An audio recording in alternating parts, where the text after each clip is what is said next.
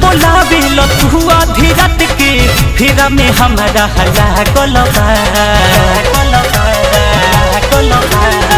काहे बोलावेलो तू आधी रात के फिर में हमारा हला गोलबा अरे ला गोलबा मिले जदि हो घरे रंग फतार बही जा गोलबा मिले जदि हो घरे रंग फतार बही जा गोलबा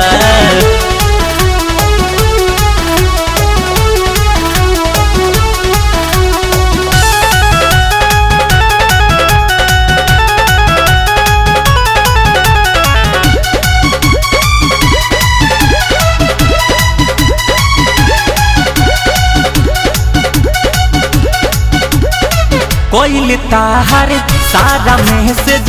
लेल पकड़ हो एही से हमारा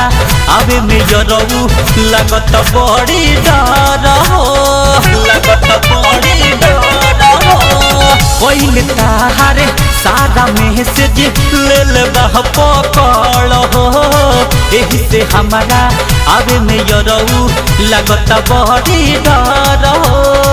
छन भरना होटेल लग से भइले तना पागल छन भरना होटेल लग से भइले तना पागल अरे पागल मिले जदि हो घरे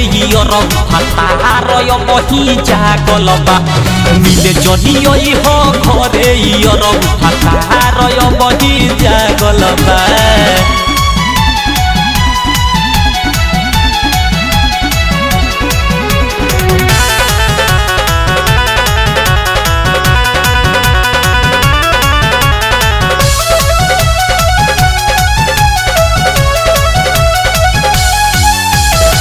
लकी राजा हमारा के डाल दिहलो फेर में जाने जई है रमेश रसीला मारे लगी है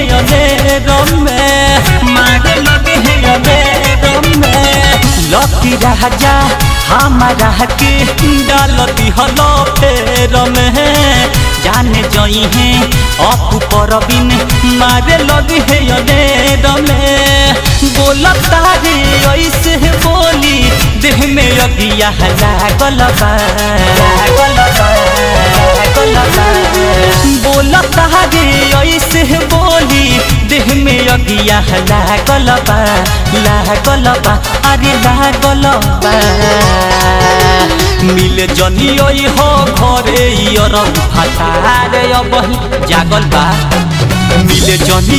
हो घरे रंग फतार बही जागल बा